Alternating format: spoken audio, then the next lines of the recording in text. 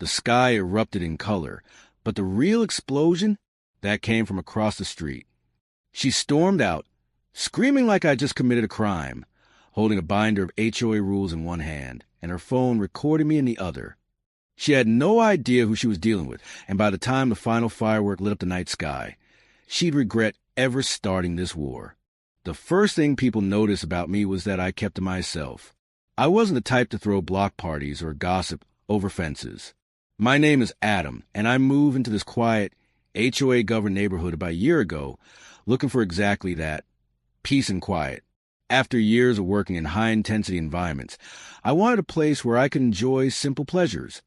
Mowing my lawn, sipping coffee on the porch, and indulging in my lifelong passion, fireworks.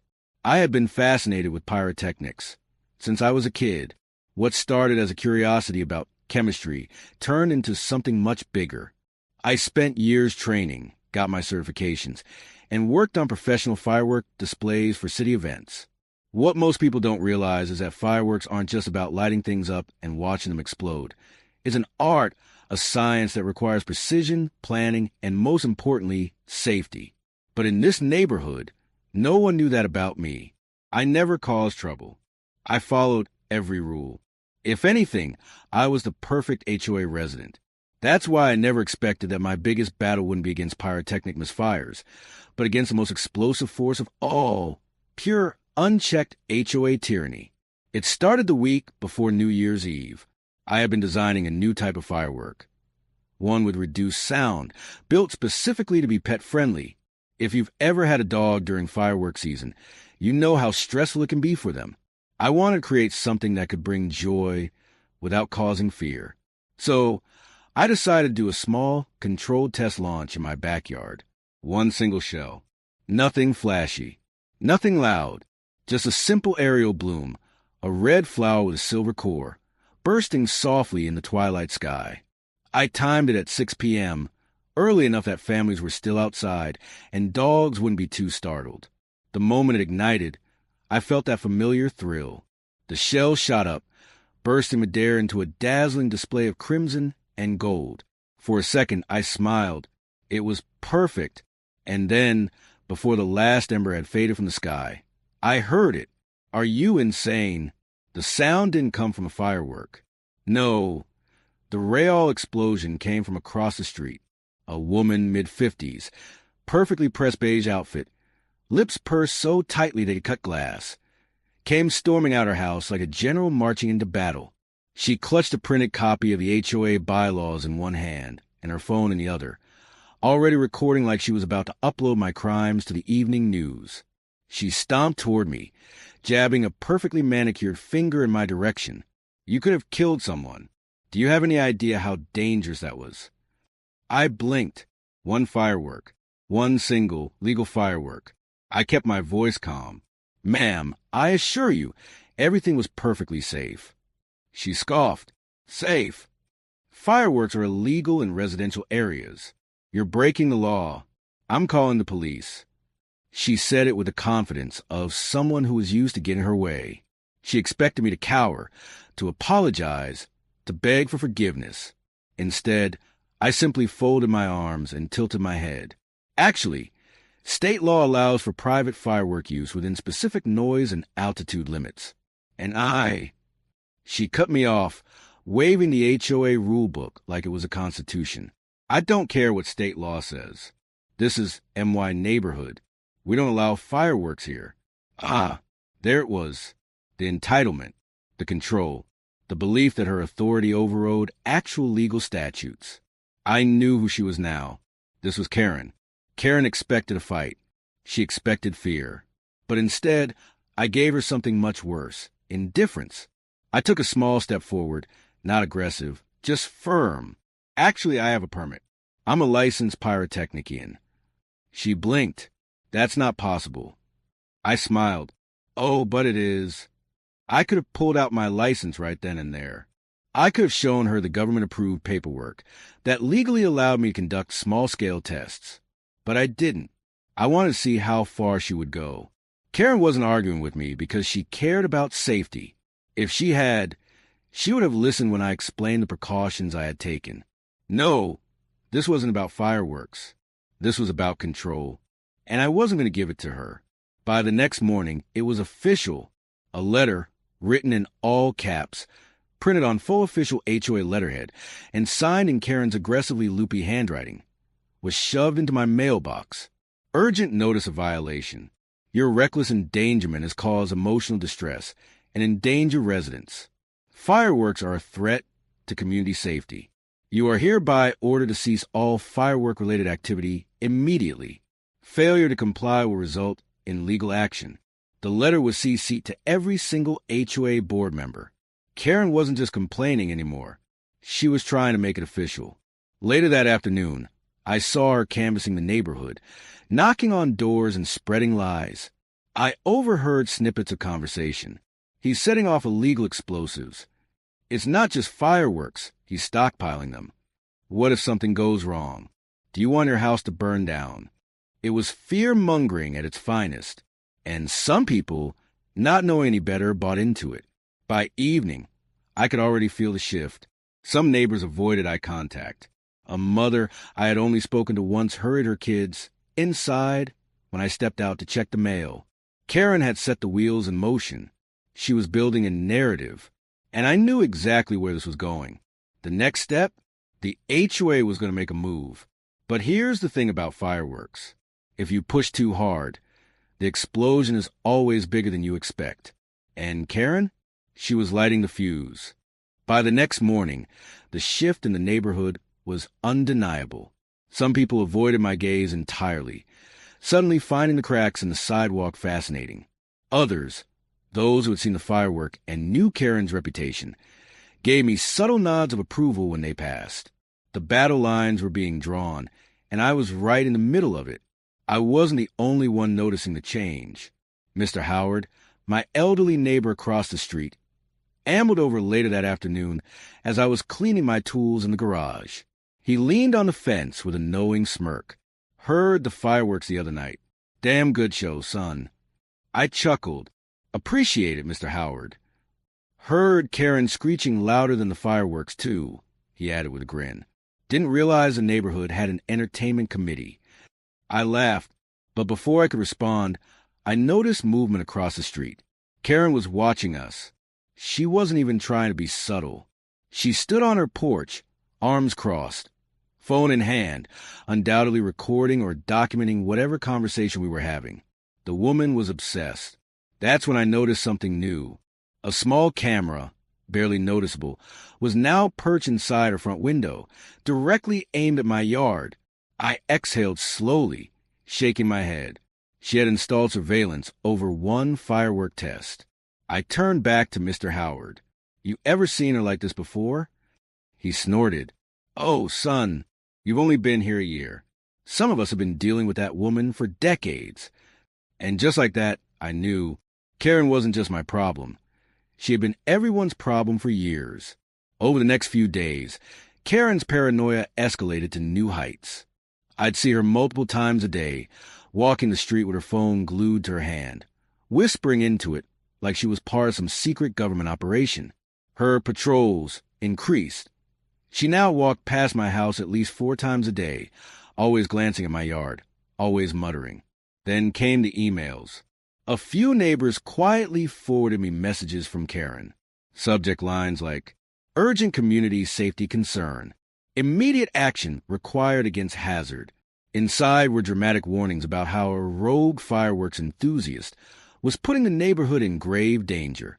One email included a blurry, zoomed-in photo of my backyard, where I had neatly stacked a few empty firework shells. If you didn't know what you were looking at, it could have been anything, a chemistry set, a science project, even a barbecue. But Karen made it sound like I was manufacturing explosives. Then the rumor started. A teenage neighbor I barely knew hesitantly approached me one evening. Hey, is it true you're like building bombs? I nearly choked on my drink. What? Karen's been telling people you're, experimenting with dangerous stuff. Said you might blow up a house. I rubbed my temples. Of course she did. This wasn't just a neighborhood squabble anymore. Karen was waging war, and I needed a strategy. Karen was relentless.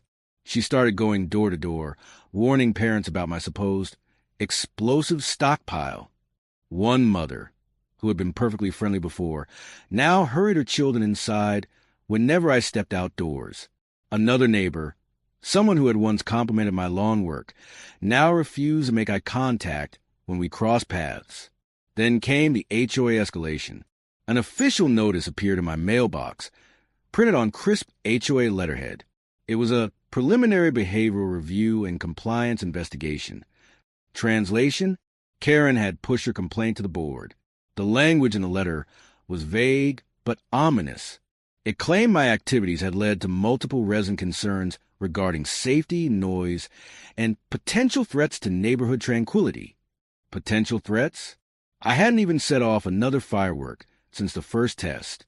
That's when I realized the true game Karen was playing. This was never about fireworks. It was about control. Karen wasn't just trying to get me to stop. She wanted to create a paper trail, a false history of violations, to push me out entirely. She wanted to win. But I was about to roll over and let that happen. 2 days later, I found another notice in my mailbox. Emergency HOA meeting, firework prohibition vote. It was happening. Karen had officially forced the board into action. The meeting would determine whether fireworks, and by extension my passion, would be permanently banned from the neighborhood. And she wasn't just looking to shut me down.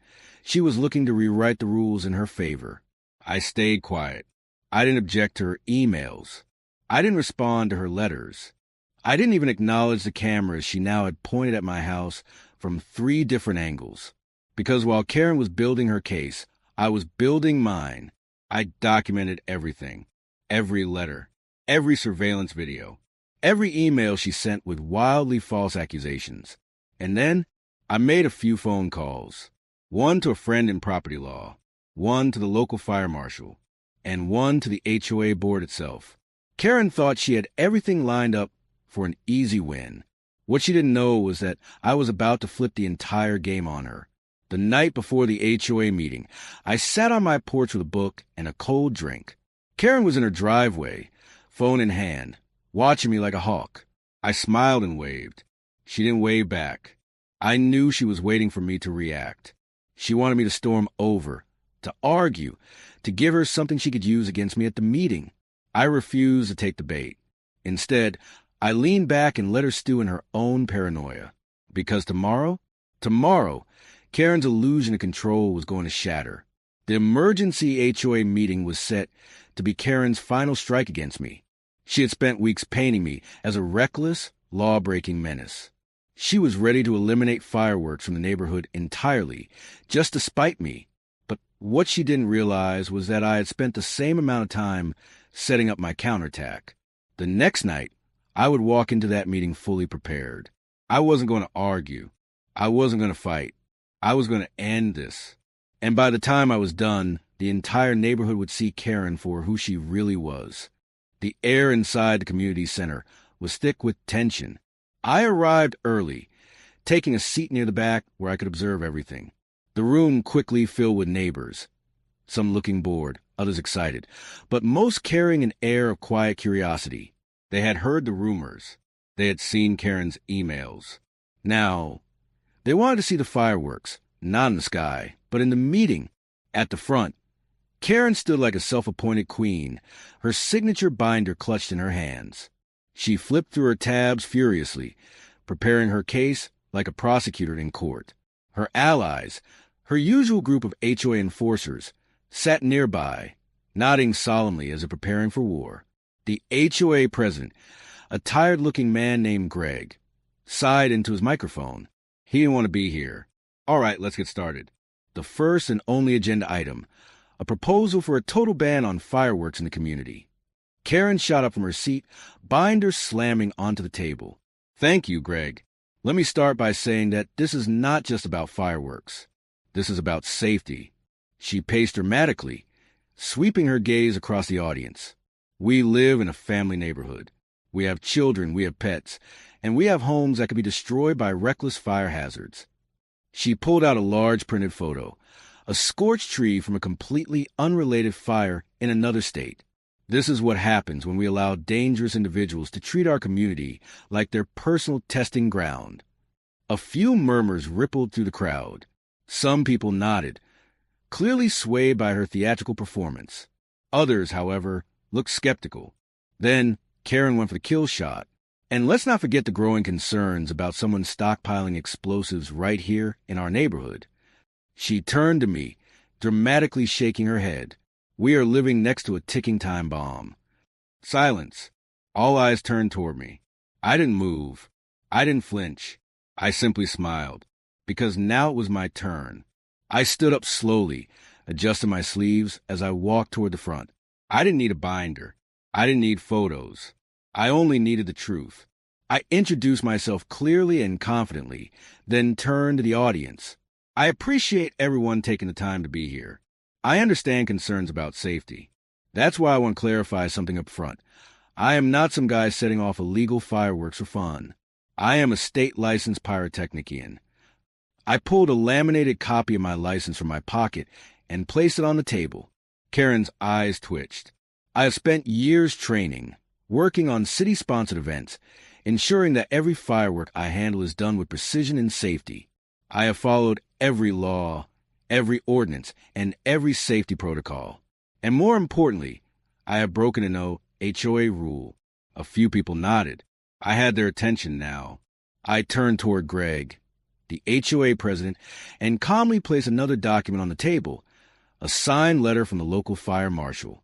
Here is written confirmation from the fire department stating that my activities are entirely legal and that I have complied with all safety requirements. Karen opened her mouth, but the room hushed her.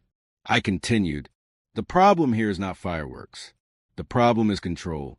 Karen wants you to believe this is about safety, but it's about power.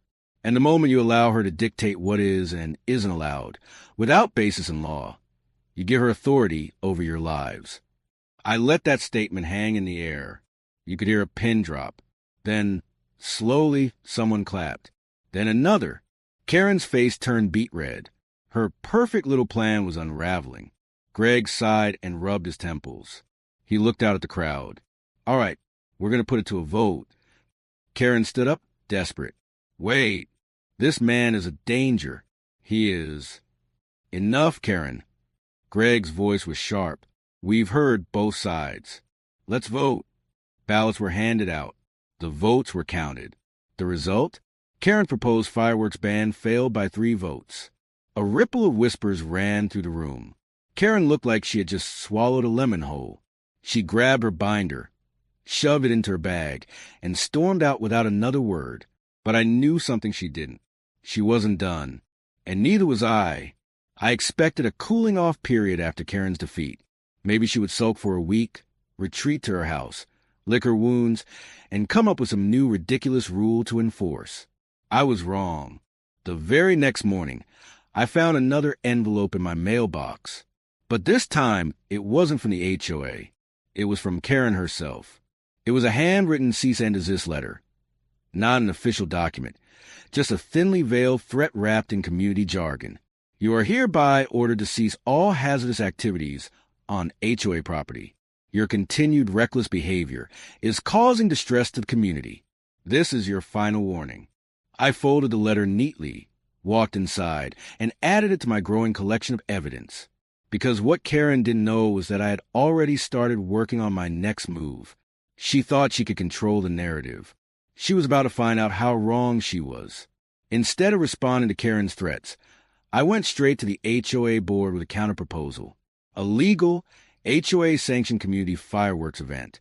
I offered to personally organize the event, ensuring white heavy checkmark full safety protocols, white heavy checkmark city permits and fire marshal approval, white heavy checkmark family-friendly, noise-reduced fireworks. It was a direct response to Karen's claims. If she truly cared about safety, she would support an event run by a trained professional. The board hesitated at first. Karen had poisoned the well for weeks. But when I showed them my formal permit application, the fire marshal's written endorsement, a plan that included crowd control and cleanup measures, they approved it by majority vote. Karen was furious. She argued. She threatened. She even accused me of bribing the board. None of it worked, because this time, the neighborhood wasn't listening to her anymore. The neighborhood fireworks show was now officially happening. Karen had lost a vote. She had lost control. But instead of backing down, she doubled down. She still had one last desperate move left. And just days before the event, a police car pulled up in front of my house. Karen had made her final play. But what she didn't know was that I was 10 steps ahead. The day started like any other. Sun shining, birds chirping, coffee brewing. I sat on my porch, reviewing my finalized plans for the upcoming community fireworks event. Everything was in place. Permits secured, safety measures reviewed, fire marshal approvals confirmed. And then I saw it. A police cruiser rolled slowly down the street, coming to a deliberate stop right in front of my house. I exhaled, already knowing exactly who had made the call. 2 uniformed officers stepped out, their faces neutral but professional. I calmly set my coffee down and walked to meet them at the driveway. "Morning, officers. What can I do for you?" The older officer, a man with graying hair and tired eyes, glanced at his notepad. "Sir, we received an anonymous tip about explosive materials being stockpiled on your property." I almost laughed. "Anonymous?" "Yeah, right." Before I could respond, moving across the street caught my eye. Karen, standing in her driveway, arms folded, watching intently like a villain waiting for climax of a soap opera. She wanted me to panic. She wanted me to stammer and fumble so she could see me dragged away in cuffs.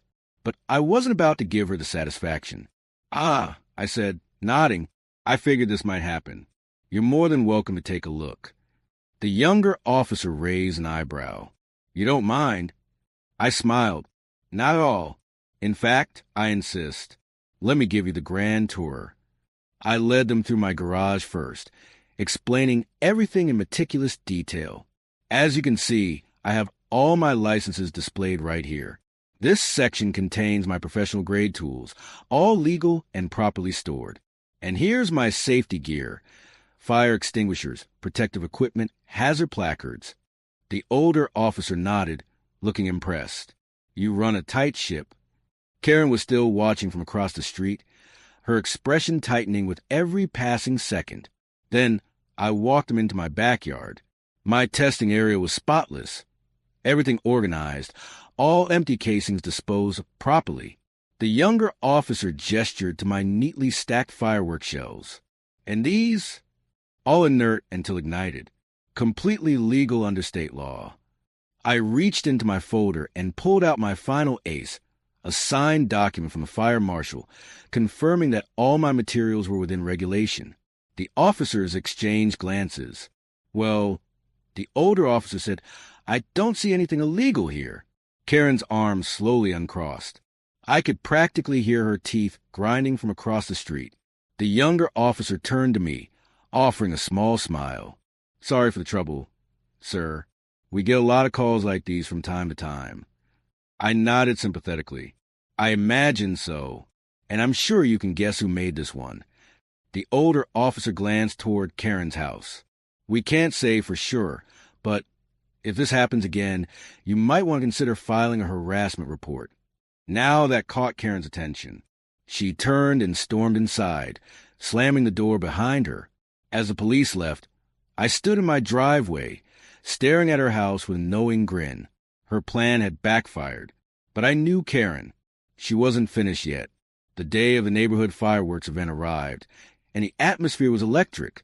Families gathered on the grassy field near the community center, setting up picnic blankets and lawn chairs. Kids ran around with glow sticks, excited whispers filling the air. The event was bigger than I had expected. I had spent weeks ensuring that everything was perfect, from setting up safety barriers to confirming fire department presence. I even prepared a short speech on fireworks safety before the show. As I walked around making final preparations, I noticed Karen standing at the far end of the crowd, arms crossed, flanked by her last 2 remaining HOA loyalists. I almost waved at her, just to be petty. Instead, I grabbed the mic and started the event. "Ladies and gentlemen, welcome. I know fireworks can sometimes get a bad reputation, So before we begin, I'd like to talk about how they can be done safely. I launch into my planned speech, explaining the science behind fireworks, how colors are made with different chemical compounds, and how professionals ensure safety. And then, just as I wrapped up, I spotted movement. Karen was on her phone, angrily whispering into it. She wasn't done trying to stop me, and I was about to find out exactly what her final move was. As darkness fully blanketed the sky, I stepped up to the launch station and pressed the first ignition. A single golden comet soared upward, spiraling to the night before bursting into a shimmering cascade of silver. The crowd cheered. I could see faces illuminated by the glow, children staring up with wide eyes, parents smiling as they held on to their little ones. And then the real show began.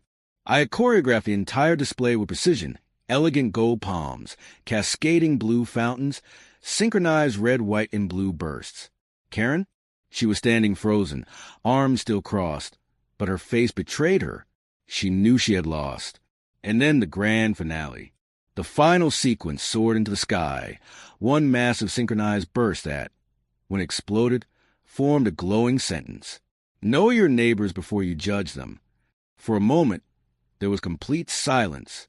Then, the crowd erupted into applause. Some people stood, clapping enthusiastically.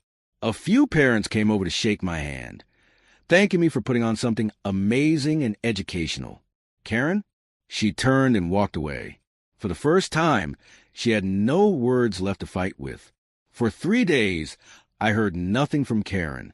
No emails, no letters, no threats.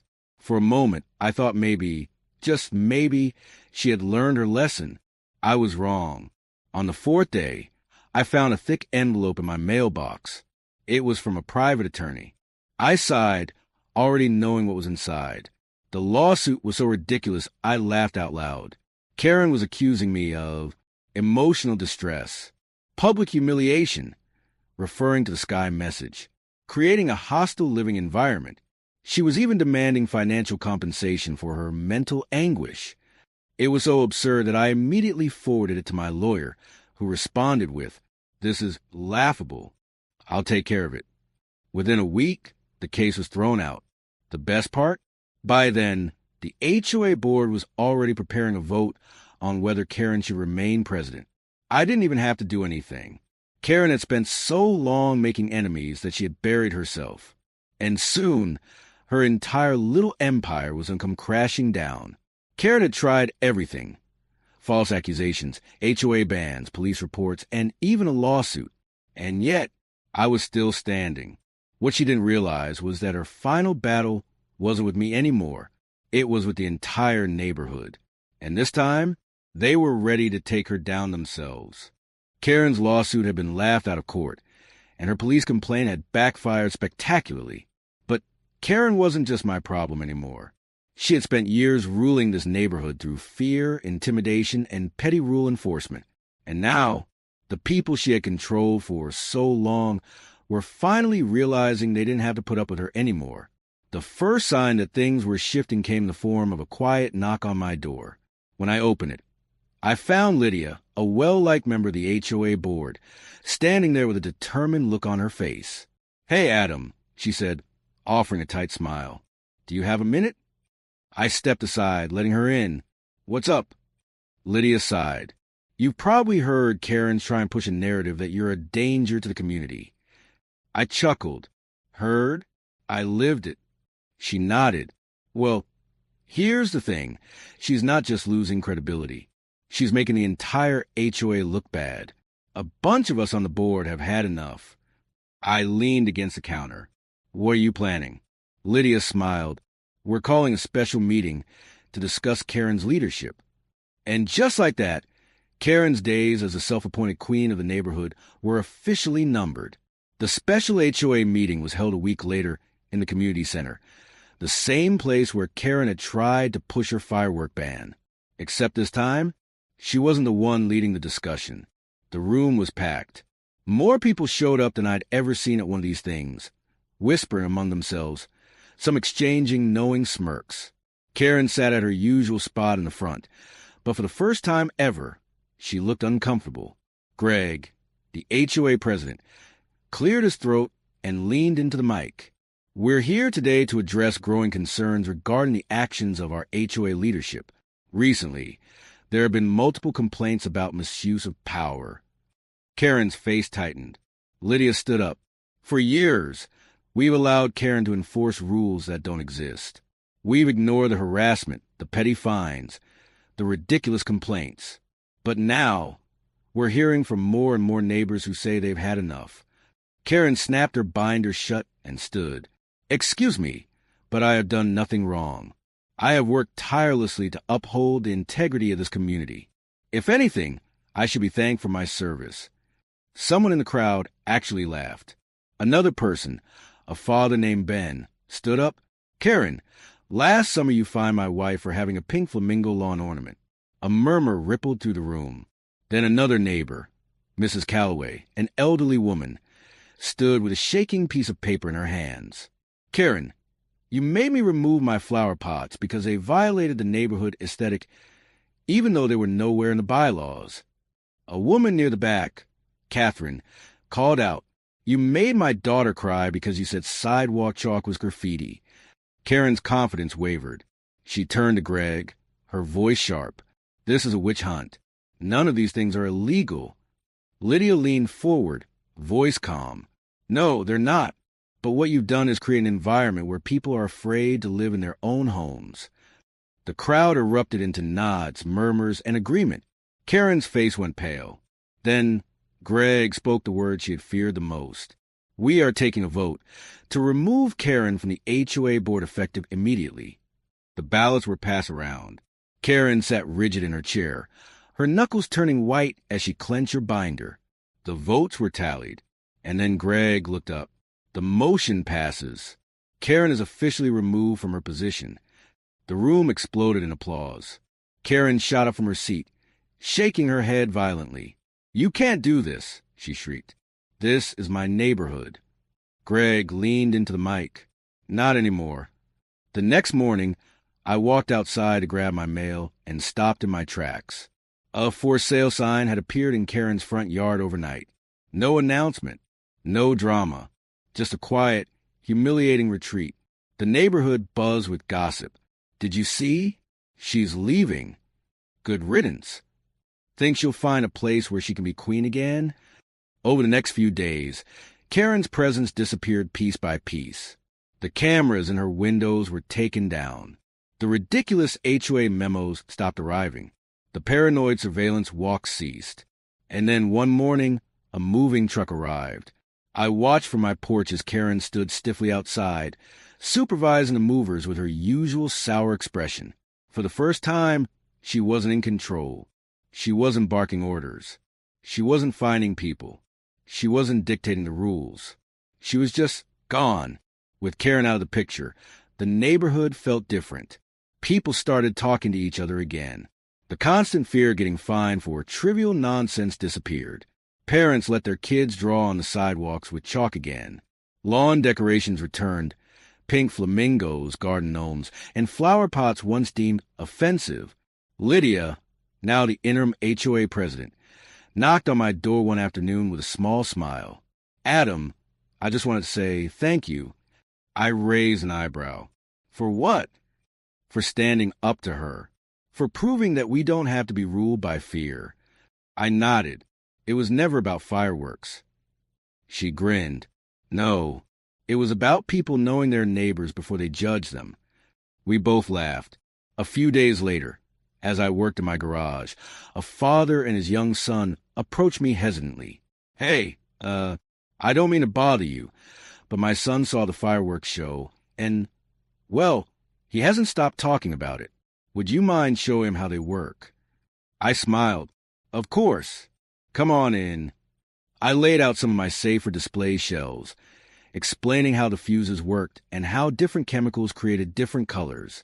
The kid's eyes lit up in wonder. Whoa, that's so cool. His father chuckled.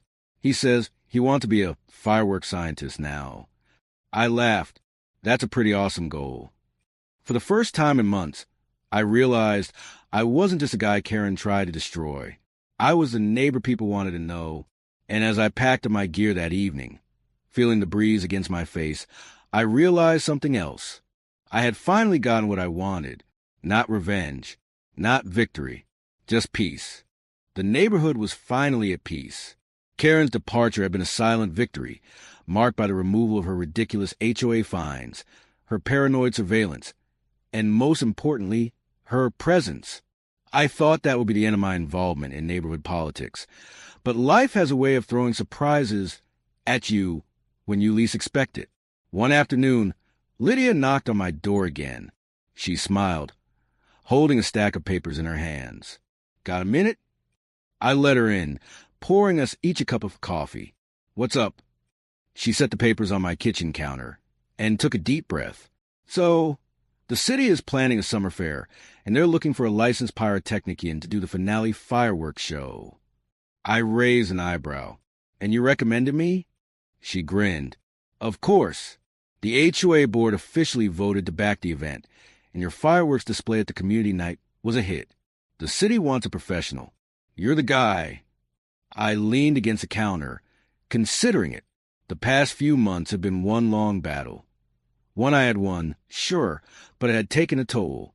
A part of me had considered laying low, keeping things simple, but this was different. This wasn't about proving a point to Karen or fighting against an overreaching HOA. This was about doing what I loved, for the right reasons. I smiled. "All right, let's do it." Planning the city fireworks show was on a whole different level compared to the community event. Larger space, higher shelves, more technical requirements. But for the first time in a long time, I wasn't fighting to prove myself. I was working with people who actually wanted me there. The fire department helped coordinate safety zones. City officials ensured permits were fast-tracked. Even volunteers from the neighborhood offered to help set up. The difference was staggering. Before, I had been fighting against someone determined to paint me as a villain. Now, I was the guy the city trusted to put on a show for thousands of people. By the time the event rolled around, excitement was in the air. Food stalls lined the streets. Children ran around with cotton candy and face paint. A local band played on a small stage near the lake. And when night finally fell, it was time. I stood behind control panel, headset on, watching the countdown tick by. And when the signal came, I hit the first sequence. The sky erupted in color. It wasn't just a fireworks show. It was a message. The opening bursts were elegant. Silver trails fading into golden rain. Then came the blues and greens, dancing across the sky like rippling waves. The red and white comets spiraled, exploding into patterns that seemed to bloom like flowers. The crowd cheered. And in that moment, standing behind the launch panel, watching faces light up in awe, I felt something I hadn't realized I was missing. Pride. Not the kind of pride that comes from winning a fight. Not the kind of pride that comes from proving someone wrong. But the kind that comes from staying true to yourself, even when the world tries to paint you as something you're not. I thought about Karen, wherever she was now. Maybe she had moved on. Maybe she was causing trouble in some other neighborhood. But for the first time, I didn't care, because, in the end, it had never been about her. It had been about not letting someone else dictate who I was. And now, standing beneath a sky filled with fire and light, I knew without a doubt I had won. After the finale burst faded into the night, I took off my headset and walked out to greet the crowd. Neighbors, people who had once been uncertain about me, wary of Karen's lies, now approached with smiles and handshakes. Parents thanked me for putting on something their kids would never forget. City officials offered to keep me on their list for future events. A group of local teachers asked if I would consider giving a talk at schools about the science behind fireworks. I nodded, promising to think about it. And then, as I was packing up my gear, I heard a small voice behind me. "Mr. Adam?" I turned to see a young boy, maybe 8 years old, standing with his father. His eyes were wide with curiosity. "Can you teach me how to make fireworks someday?" His father chuckled, shaking his head. "Not to light them, of course. He just wants to know how they work." I grinned and kneeled down. "You like fireworks, huh?" The boy nodded enthusiastically. "Yeah, they're like magic, but my dad says there's science. I laughed. Your dad's a smart man. Fireworks are a little bit of both. I pulled out a small, empty display shelf from my case and showed it to him. See this? This is where the stars go, the little bits that make the colors. Different chemicals burn in different colors. Blue is made with copper, green with barium, red with strontium. His eyes lit up with excitement. Whoa! I want to be a fireworks scientist. His father smiled. Looks like you made an impression, Adam. And in that moment, I realized something. Karen had spent months trying to turn me into a villain. She wanted people to fear me, to avoid me, to see me as a threat. But in the end, she had failed. Because now, instead of being the dangerous firework guy, I was something else entirely. I was a neighbor, a friend, a mentor, and no HOA tyrant, no false accusations, no ridiculous lawsuits. Nothing could take that away. As the event wrapped up, I drove home with the windows down, the night air cool against my face.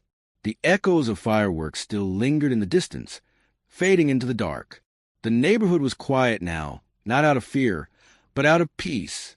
I pulled into my driveway and stepped out, taking a moment to stare up at the open sky. For so long, Karen had tried to control everything, what people could do, how they could decorate their homes, how they could live. But she had forgotten something. The night sky? It belongs to everyone. And no amount of HOA rules, fear tactics, or paranoia could ever change that. I smiled, breathing in the crisp air, and walked inside. Because for the first time in a long time, everything was exactly as it should be.